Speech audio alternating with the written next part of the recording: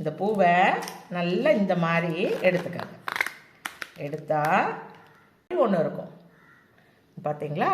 இந்த நரம்பு, இந்த ஜவ்வு, இது ரெண்டையும் இப்போ இதுக்கு தேவையான உப்பு போட்டுக்கலாம்.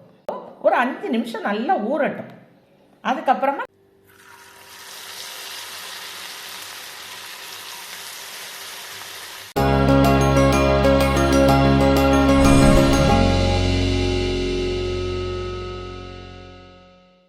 வணக்கம் இல்லைங்களா? இன்னைக்கு நம்மோட தென் மாவட்ட சமையல்ல அம்மா வாழைப்பூவை வச்சு சில்லி செய்து காட்டப்போம். இதுக்கு என்னென்ன பொருள் தேவைங்கிறதெல்லாம் அம்மா எடுத்து வச்சிருக்கிறேன். அது என்னங்கிறத பார்க்கலாம். இப்போ இந்த வாழைப்பூவை எப்படி சுத்தம் பண்றதுன்னு பார்க்கலாம். இந்த பூவை நல்லா இந்த மாதிரி எடுத்துக்கங்க. எடுத்தா இந்த மாதிரி கிடைக்கும். இந்த இதை எடுத்து இது கூடையில் ஒரு நரம்பு மாதிரி ஒன்று இருக்கும் பார்த்தீங்களா? இந்த நரம்பு, இந்த ஜவ்வு, இது ரெண்டையும் நம்ம நீக்கிடணும். நீக்கிட்டு இப்படியே தான் வாழைப்பூவை பூரா நம்ம சுத்தம் பண்ணணும். பார்த்தீங்களா? வாழைப்பூவை நல்லா சுத்தம் பண்ணி எடுத்து வச்சிருக்கிறேன். 2 டேபிள் ஸ்பூன் கார்ன்ஃப்ளவர் மாவு எடுத்து வச்சிருக்கிறேன். அதே மாதிரி 3 டேபிள் ஸ்பூன் மைதா மாவு எடுத்து வச்சிருக்கிறேன்.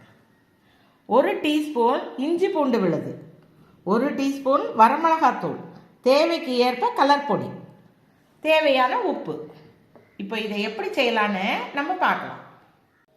இந்த மாவு, மசால் ஜாமான் எல்லாத்தையும் கொஞ்சம் தண்ணி விட்டு கலந்துக்கலாம். இந்த அரைச்சி வச்சிருக்க இஞ்சி பூண்டு விழுது, இந்த மிளகாய்த்தூள், அப்புறம் இந்த கலர் பவுடர் எல்லாத்தையும் போட்டுக்கலாம். இப்போ இதுக்கு தேவையான உப்பு போட்டுக்கலாம்.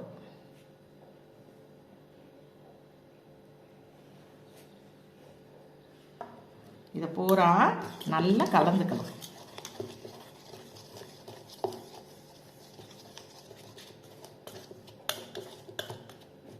இப்போ இது கூட கொஞ்சமாக தண்ணி சேர்த்துக்கலாம்.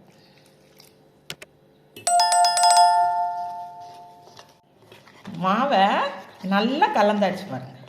இப்போ இதோட இந்த வாழைப்பூவை சேர்த்துடலாம்.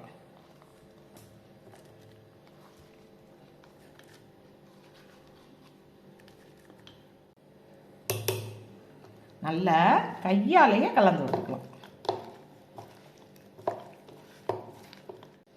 இந்த மாதிரி நல்லா கலந்து எடுத்துக்கோங்க. நம்ம வீடியோ பார்க்குற சப்ஸ்கிரைபருக்கு ஏதாவது செஞ்சு காட்டுங்கம்மா அப்படின்னு சொன்னீங்கன்னா கண்டிப்பாக அம்மா செய்து காட்டுவேன்.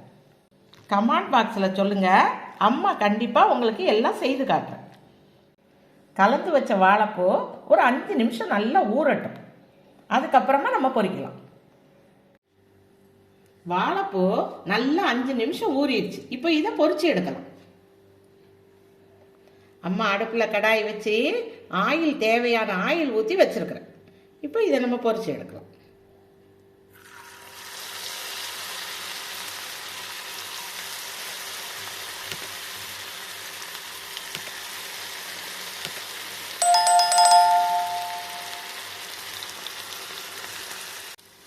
இந்த வாழைப்பூ சில்லி பார்க்குறதுக்கு நெத்திலி மீன் மாதிரி அழகாக இருக்கும். இப்போ சாப்பிட்றதுக்கும் அது ரொம்ப மொறுன்னு அவ்வளோ டேஸ்ட்டாக இருக்கும். நம்ம எல்லாரும் காலிஃப்ளவரில் சில்லி பொரித்து சாப்பிட்ருக்கோம். அதே மாதிரி காளான் சில்லி கூட நம்ம சாப்பிட்ருக்குறோம். இது ஒரு வித்தியாசமாகவும் இருக்கும். நேந்திரம் வாழையிலேருந்து எடுத்த பூவுங்கிறதுனால இது நல்ல டேஸ்ட்டாக மொறுன்னு நல்லா இருக்கும். நம்ம வாழைப்பூ சில்லி ரெடி ஆயிடுச்சு. இப்போ இதை எண்ணெயை விட்டு எடுத்துடலாம். நல்லா வடித்து, எண்ணெயை வடித்து எடுங்க.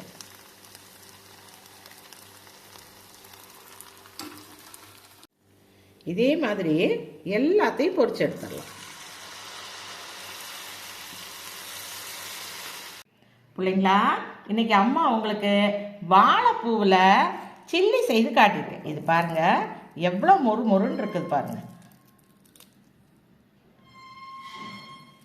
இதே மாதிரி நீங்கள் எல்லாரும் உங்கள் வீட்டில் செய்து பார்த்துட்டு கண்டிப்பாக அம்மாவுக்கு சப்ஸ்கிரைப் பண்ணணும்.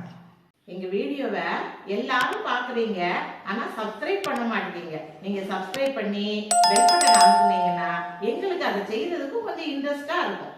இன்னும் அம்மா நிறைய வீடியோ உங்களுக்கு போடணும்னு இருக்கிறேன். கண்டிப்பாக நீங்கள் சப்ஸ்கிரைப் பண்ணுங்கள்.